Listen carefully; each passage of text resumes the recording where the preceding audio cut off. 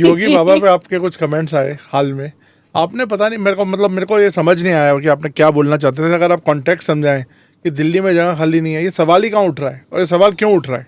Vacancy के बारे में देखिए, वो पूछा ये गया कि आप मोदी के बाद किसको देखते हैं,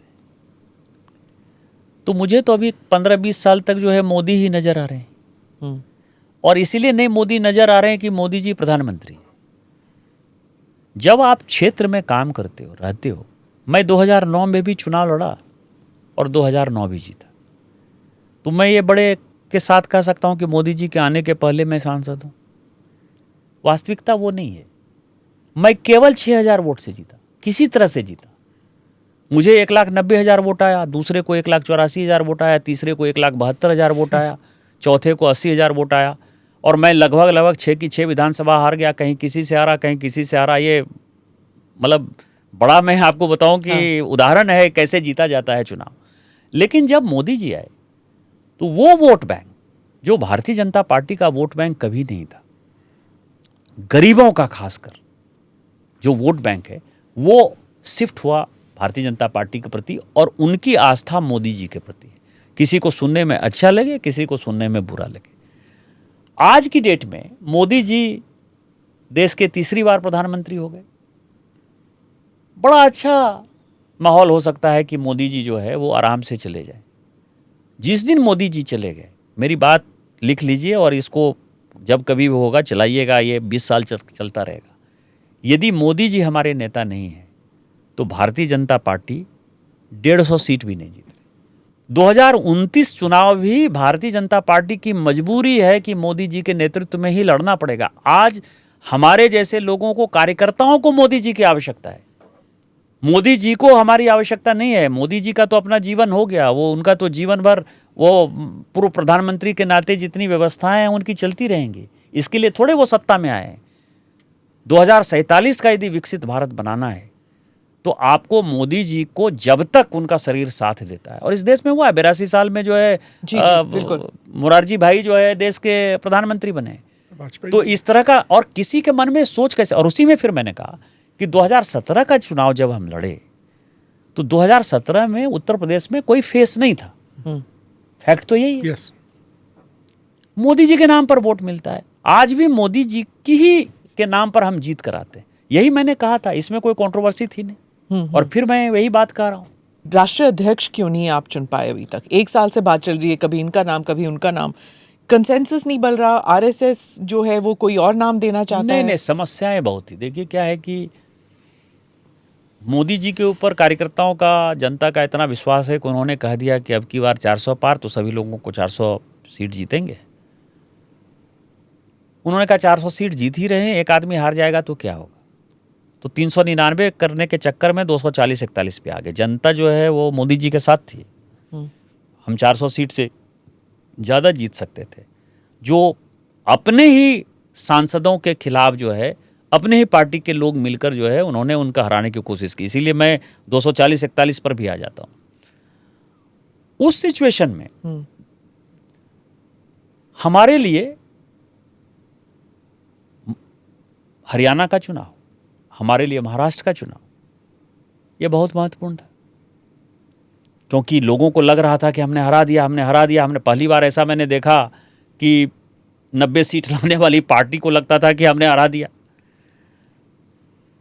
तो उसमें कंटिन्यूटी की आवश्यकता थी, मजबूती की आवश्यकता थी। हम जीते। जीतने के बाद, इसके बाद जो दूसरा माहौल बना, ये पाकिस्तान वाला, तो धीरे धीरे ऐसे सिचुएशन, ऐसे मोड़ पर हम आकर खड़े हो गए जिसमें कि लगा कि पार्टी, दिल्ली का चुनाव था, दिल्ली में भी 27 वर्ष के बाद हम आए। दिल्ली में केजरीवाल जी को हराना सबसे ज़्यादा जरूरी था। तो इन सारे चीज़ों में कंटिन्यूटी होती रही, उस कारण से डिले हुआ, और कोई कारण नहीं। अपने ही लोग किसके बारे में कहते हैं कि अपने ही लोगों की वजह से हारे? अपने लगे जो कार्यकर्ता हैं, उनको लगा कि सब तो बढ़िया है, मोदी जी 400 सीट तो जीत ही जाएंगे। अलग अलग जगह पर जो कार्यकर्ता थे, प्रत्येक सीट पर, जैसे मेरे यहाँ ही लगे हुए तो थे। उबासी ले रहे थे, घर में बैठे थे, क्या कर रहे थे? घर में बैठते तो अच्छा था। वो जो लोकल सांसद चुनाव लड़ रहा था, पूरे देश भर की मैं बात कर रहा हूँ, किसी एक इंडिविजुअल की बात नहीं कर रहा हूँ, उसके खिलाफ आप जब मैं 15 साल, अब 16 साल है, 17 साल हो गया, तो 15-16 साल में हमने कुछ अच्छा किया होगा, कुछ बुरा किया होगा ना। कुछ लोगों का अच्छा हुआ होगा, कुछ लोगों का बुरा हुआ होगा, या कुछ लोगों के लिए कुछ नहीं किया होगा। हम सबको संतुष्ट करना राजनीति में तो संभव नहीं है ना। तो आरएसएस को संतुष्ट नहीं कर पा रहे हैं आप लोग? नहीं, आरएसएस अलग चीज है। मैं भारतीय वो जनता तो पार्टी आए नहीं ना नहीं, आप मदद करने। नहीं, मेरे चुनाव में तो उन्होंने 12,000 छोटी छोटी सभाएं की। मैं तो अपना उदाहरण दे रहा हूँ। मैं 2024 की इलेक्शन मैं के दौरान- 2024 के लोकसभा चुनाव की बात कर रहा हूँ। मेरे चुनाव में, लोकसभा चुनाव में आरएसएस ने 12,000 छोटी बड़ी सभाएं की। हरियाणा के चुनाव में हजारों से। तो आरएसएस नाराज नहीं है बीजेपी से? कोई फ्रिक्शन नहीं है? मुझे नहीं लगता। कोई फ्रिक्शन नहीं है? नहीं, आरएसएस की नाराजगी का क्या करा। आरएसएस की जितनी आइडियोलॉजी थी, आरएसएस 370 खत्म करना चाहती थी, आइडियोलॉजी थी, पूरा हो गया। 35 से खत्म हो गया। राम मंदिर बनना था, बन गया। ऐसा कौन सा यूनिफॉर्म सिविल कोड जो है जगह जगह पर बनी रहे, ऐसा क्या है जो कि आरएसएस जो है, चूंकि मैं स्वयंसेवक के नाते जो चीज़ें शाखा में सीखते आया, ऐसा कौन सा चीज़ है जो मोदी जी ने पूरा नहीं? क्योंकि जब मोहन भागवत जी कहते हैं कि 75 पे रिटायर होना चाहिए, जब ऐसे बयान आते हैं तो फिर लोग पूछेंगे चर्चा तो सही होती कि है। किसके मुझे बारे लगता में? है कि उनका बयान भी जो है वो गलत परिप्रेक्ष्य में जो है, कोई मैंने सुना कि कोई कहानी वो सुना रहे थे और उसको उन्होंने उसके साथ वो तो जोड़ दिया। मोहन भागवत जी के साथ होता ही है कि उनके बाइट इतने लंबे होते हैं, तो जब लास्ट सेंटेंस और फर्स्ट सेंटेंस को जोड़ने में काफी वक्त लग जाता है। आज जो पार्टी आपको नजर आए 2009-10 के बाद जो डिमोरलाइजेशन था, उसमें मोहन भागवत जी का तो बड़ा योगदान है जी। इस पार्टी को एकत्रित करने में, इस पार्टी की सरकार बनाने में। राष्ट्रीय स्वयंसेवक संघ का उनके नेतृत्व में बड़ा योगदान है। उन्होंने, आपको ध्यान हो कि उस वक्त जो है एक ऐसे आदमी को बनाया जिसने दिल्ली में कभी रहे ही नहीं थे, नितिन गडकरी जी को अध्यक्ष बना दिया था। फैक्ट तो यही है ना। तो इसलिए मोदी जी को भी जो है पूरी पार्टी में उस वक्त जो स्टॉलवर्ड्स थे, डॉक्टर जोशी हों या आडवाणी जी हों, कोई भी जो है इनके पक्ष में जो है खड़ा नहीं दिखता था। इन सबों के विरोध के बावजूद भी राजनाथ जी के नेतृत्व में मोदी जी को प्रधानमंत्री पद का उम्मीदवार बनाया। तो इसीलिए ये पौधा उन्होंने खड़ा किया। तो इसीलिए उनकी बातों को मुझे लगता है कि गलत परिप्रेक्ष्य में ये कहा जा रहा है। और भारतीय जनता पार्टी में जो मैंने आपको कहा ना कि आज मोदी जी को आवश्यकता नहीं है, आज भारतीय जनता पार्टी को आवश्यकता है। और सहमत हो या असहमत हो, पॉलिटिकल पार्टी जो है वो पर्सनालिटी कल्ट के आधार पर जो भी बिहार के जो पॉलिटिशियंस हैं, जिनसे भी आप बात करो, गठबंधन के पॉलिटिशियंस, वो कहते हैं कि अब बीजेपी का ऑपरेशन सिंदूर का जो एजेंडा था वो चलेगा नहीं बिहार में। नरेंद्र सरेंडर का जो नारा है जो राहुल गांधी ने दिया था, वो गठबंधन बार बार कहेगा ये कि अब मोदी जी में वो बात नहीं रही कि वो अब ट्रंप के खिलाफ वो डट के खड़े नहीं हो सकते। ये गठबंधन के नेता कहते हैं। ये उनके कहने से नहीं होगा ना। बिहारी जो है वो पॉलिटिकली बहुत ही स्ट्रांग हेडेड जिन्स है। बिहारी पैदा ही होता है राजनीति सीख कर, समझ कर, बोल कर। जितनी बातें दिल्ली में बड़े बड़े पॉलिटिकल जो टेक्नोक्रेट हैं वो नहीं बता सकते, वो बिहार में एक चाय की दुकान पर आप बैठ जाइए, चाय बनाने वाला आपको वो पूरी कहानी बता देगा। ये हमारा बड़ा पुराना फार्मूला है चीज़ें भांपने का, वहाँ जाके। और उसके लिए मैं बताऊं कि ये पता है सबों को कि मौलाना मसूद अजहर के परिवार के लोगों को किस तरह से भारत की सेना ने ख़त्म कर दिया, किस तरह से उसके आतंकवादी ठिकानों को बिना उसके सीमा में घुसे हुए हमने कैसे मार दिया, कैसे उनके एयरबेस पर हमने अटैक कर दिया, ये सबको पता है। इसीलिए किसी के सर्टिफिकेट की आवश्यकता नहीं है।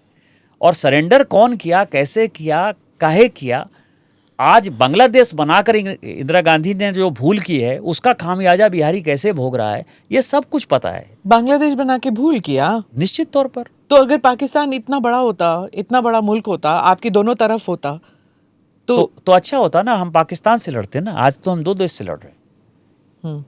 आज 2 देश से लड़ रहे हैं।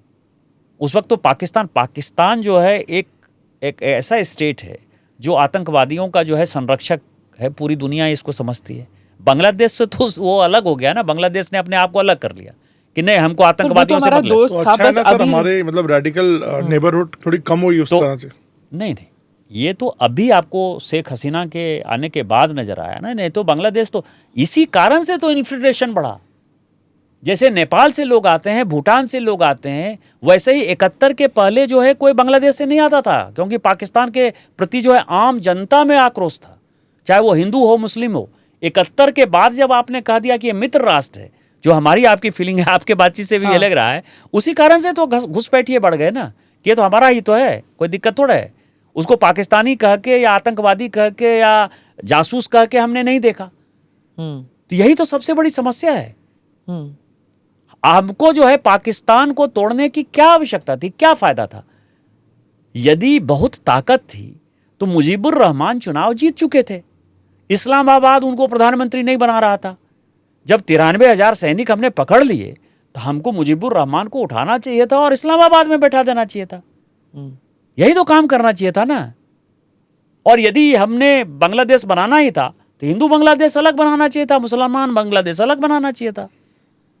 ये बांग्लादेश को भी दो में तोड़ना था सर। लेकिन पहले तो घुसपैठ की वजह Very थोड़ी interesting इकोनॉमिक भी थी ना, सिर्फ पॉलिटिकल नहीं थी कि यह बड़ा इंडिया एक बड़ा मुल्क है, वहाँ पे आके लोगों को रोजगार मिलता है।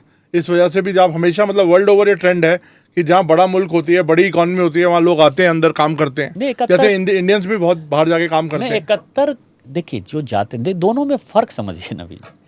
एक तो 71 के पहले कोई नहीं आता था, उसको हम पाकिस्तानी मानते थे और हम अपने देश का दुश्मन मानते थे। सबसे पहला तो ये है। 71 के बाद मित्र राष्ट्र माने वो आ गए। दूसरा, हम जब जाते हैं बाहर, हमारे लड़के जाते हैं, वो लेजिटिमेट पासपोर्ट पर जाते हैं। हम इतने स्किल्ड हैं कि उनको हमारी आवश्यकता है। सत्य नडेला हो, सुंदर पिचई हो, इंदिरा न्यूई हो, अभी एप्पल का सभी हो, आप इसको देखिए कि वो सभी स्किल्ड लोग हैं। आवश्यकता है उनको। अभी जो एयरक्राफ्ट अमेरिका से चलता है और अफगानिस्तान में बम गिरा के चला गया, अभी ईरान में जो बम गिरा के चला गया, उसका चूंकि वैज्ञानिक जेल में बंद है, इसीलिए मैं कह रहा हूं कि वो भी भारत ने बनाया।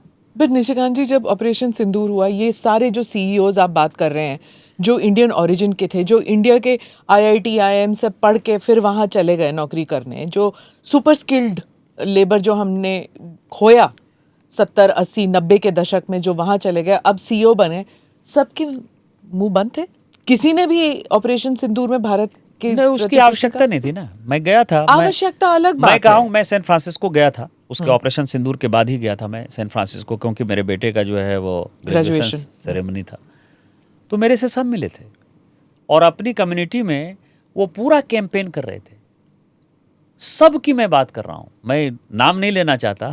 ये जितने लोग थे कि अमेरिका की गवर्नमेंट कैसे प्रो इंडिया हो और इंडिया में किस तरह से terrorist activity, Pakistan terrorist activity 1947 के बाद से बढ़ाया हुआ है, पूरा कैंपेन करते हैं वो।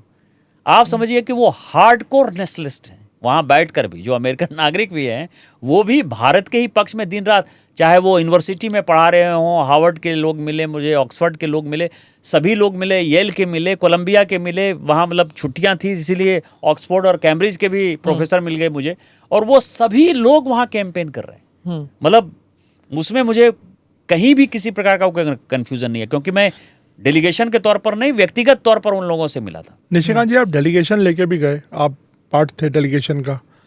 कुछ लोग ये कहते हैं कि डेलीगेशंस को उस तरह का ऑडियंस नहीं मिला जो मिलना चाहिए था, हाई लेवल की मीटिंग्स नहीं हो पाई। और दूसरा, कई देशों ने, आप आई थिंक आपका ग्रुप में शायद नहीं हुआ लेकिन दूसरे ग्रुप्स में हुआ, लोगों ने कहा कि सबूत कहाँ है। हम तो उन कंट्री में गए जहाँ की सबूत सबसे ज़्यादा मांगने चाहिए थे। हम तो ऑर्गेनाइजेशन ऑफ इस्लामिक कंट्रीज और ऐसी कंट्रीज़ में गए। हम तो बहरीन गए, कुवैत गए, सऊदी अरब गए जहाँ मक्का मदीना है, अल्जीरिया गए, चारों मुस्लिम कंट्री में गए। तो थोड़ा सेंस दीजिए क्या हुआ वहाँ। आप ये समझिए कि सभी जगह डिप्टी प्राइम मिनिस्टर मिले, फॉरेन मिनिस्टर मिले, जो वहाँ का सूरा है या पार्लियामेंट जिसको कहते हैं उसके चेयरमैन मिले, जो स्टैंडिंग कमेटी वहाँ सो कॉल्ड है वो लोग मिले। कई एक जगह तो ऐसा हुआ कि जो सांसदों का एक ग्रुप बनाया हुआ है मैत्री संघ का, वो सभी रिसीव करने से लेके छोड़ने तक हमारे साथ रहे। सुबह 4 बजे भी वो रिसीव कर रहे थे और रात में 2 बजे भी वो सी ऑफ कर रहे थे। लंच भी करा रहे थे, डिनर भी करा रहे थे। कभी किसी ने कोई सबूत नहीं मांगा। तो जब उन्होंने सबूत नहीं मांगा, और डेलीगेशन में हम कौन थे, हम तो सांसद गए थे। जब डिप्टी प्राइम मिनिस्टर मिल रहे हैं, फॉरेन मिनिस्टर मिल रहे हैं, इससे बड़ा क्या सोचते हैं आप? आपको लगता है कि अमेरिका डेलीगेशन गया तो उसकी मुलाकात अब उपराष्ट्रपति से तो हो ही गई, जेडी वेंस से, अब इससे बड़ा क्या होता है? अब ट्रंप से मिलते हैं। नहीं कुछ अब वही छूट गए ना अमेरिका में, जेडी वेंस के मिलने के बाद तो ट्रंप ही छूट गए ना। तो जिनको जो बोलना है वो बोलते रहे।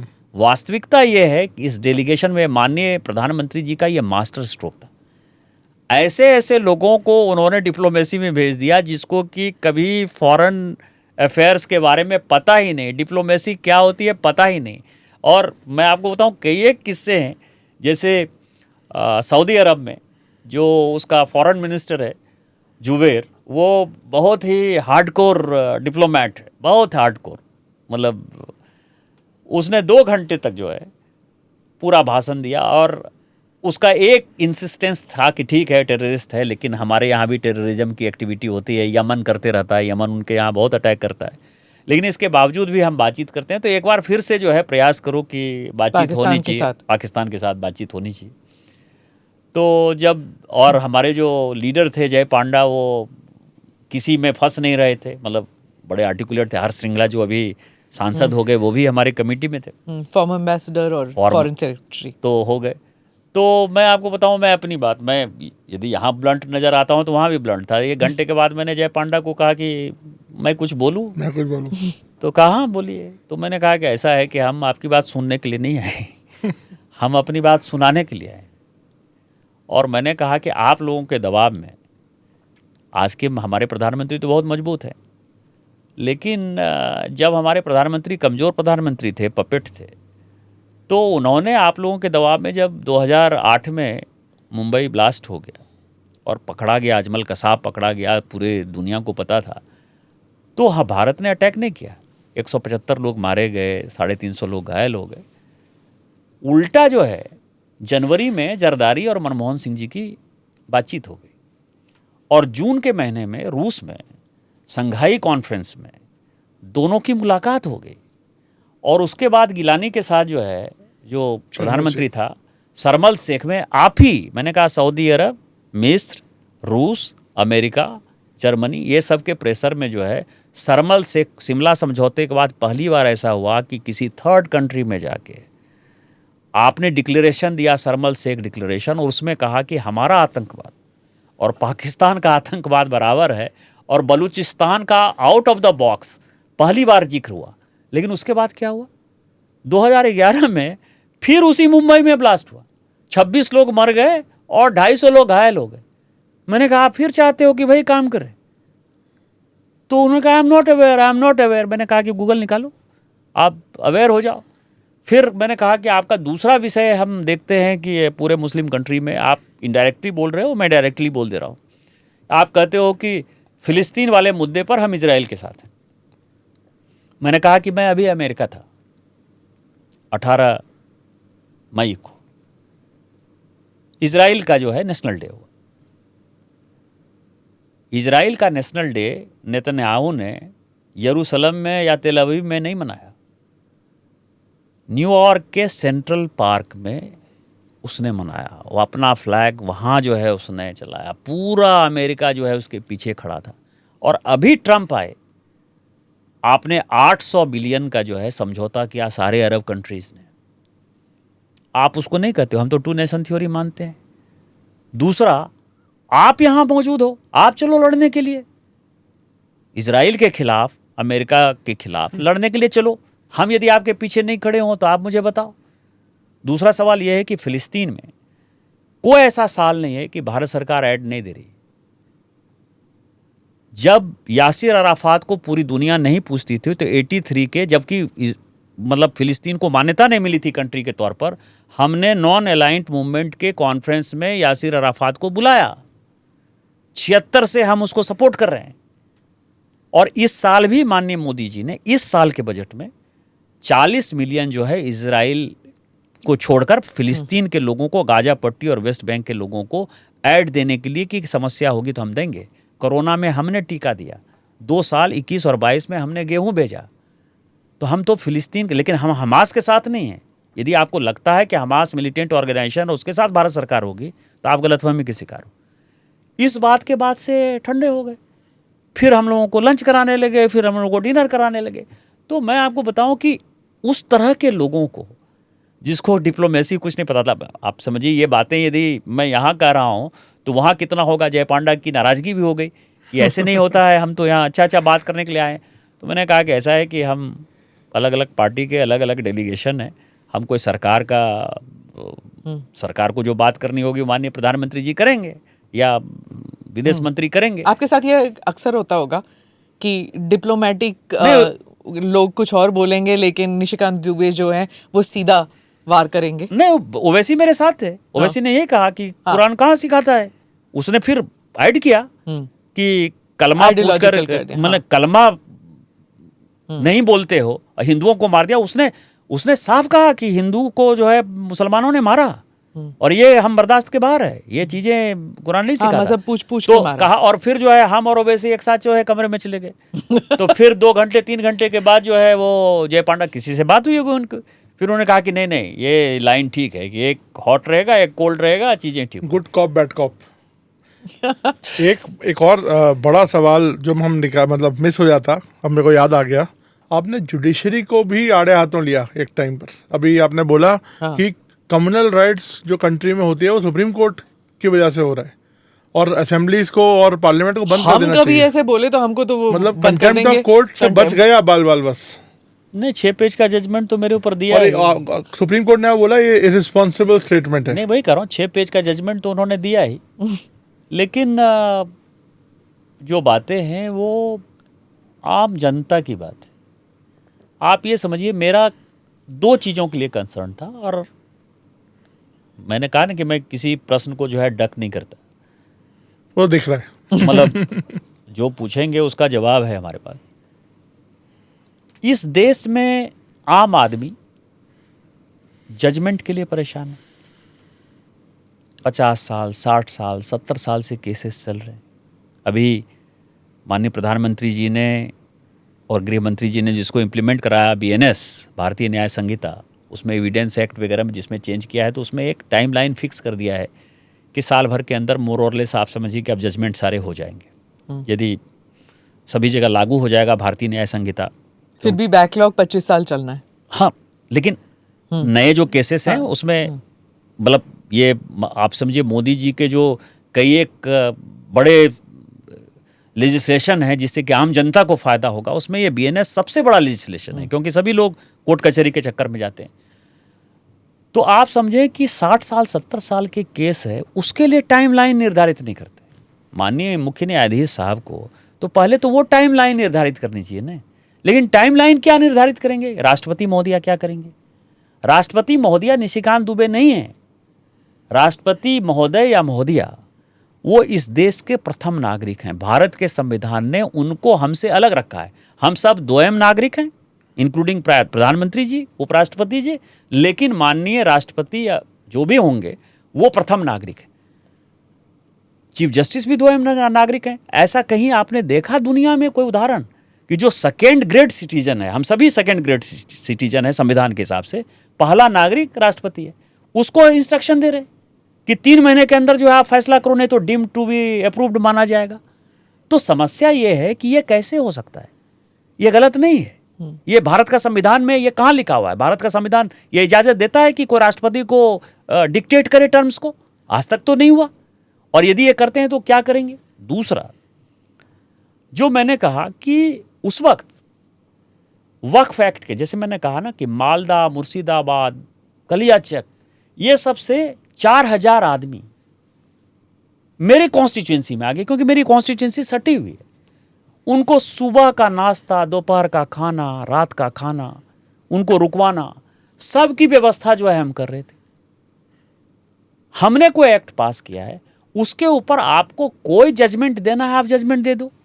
आप जो रोज भाषण दे रहे थे उससे ये असर होता कि ये एक्ट जो है वो खत्म हो रहा है, इस एक्ट पर स्टे लगने वाला है, इस एक्ट पर स्टे लगने वाला है। तो जब मैं, और कोई आदमी जो है, कोई कितना हो बड़ा आदमी हो, 4000 5000 आदमी को जो है वो तीनों टाइम का खाना, रुकना, रुकवाना जो है, ये किसी के लिए कष्टकर चीज़ है। इसलिए मैंने ये बातें कही थी। हैट्रिक मारी है इन्होंने, मतलब क्या करते हैं वहाँ जाके कि बार चौथा, सॉरी। तो क्या है मतलब मैजिक फार्मूला क्या ढूंढा है आपने? यही वहाँ 1.5 लाख करोड़ की योजनाएं चल तो रही वन हैं। Of the least developed areas है ना वो। यदि किसी को देखना हो कि लीस्ट डेवलप्ड एरिया कैसे डेवलप्ड हो सकता है, यदि ये देखना हो तो उसको मेरी लोकसभा आना चाहिए। माननीय मोदी जी ने कोई ऐसी योजना नहीं है जो मेरी कॉन्स्टिट्यूएंसी में लागू नहीं हुई।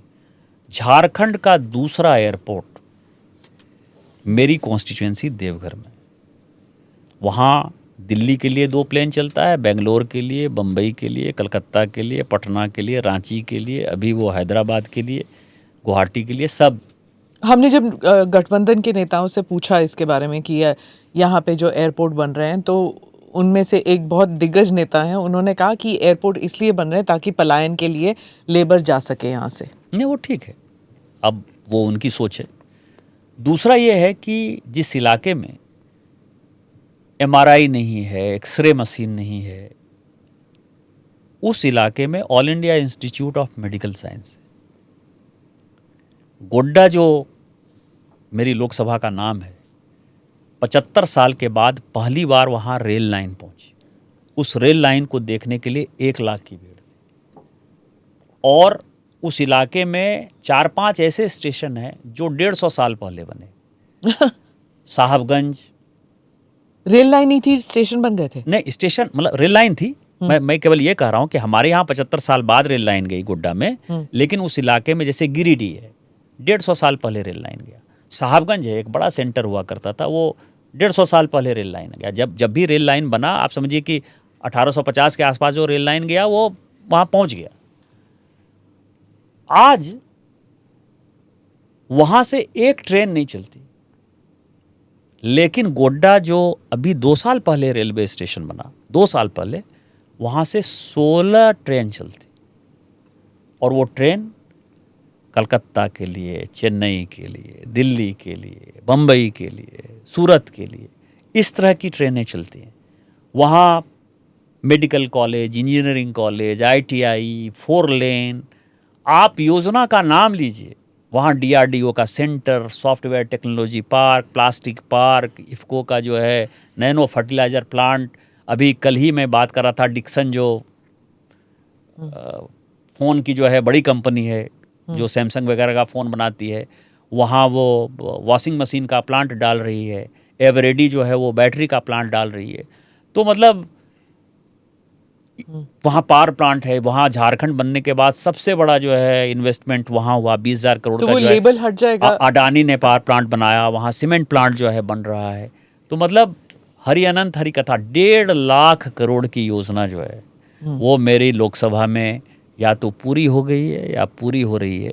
कोई ऐसी योजना नहीं है कि वहाँ गई नहीं। इस कारण से लोग वोट देते हैं, इस कारण से मैं 4थी बार सांसद। Do subscribe to the ANI Clips channel to get shorter versions of this podcast. Click here to watch the full episode.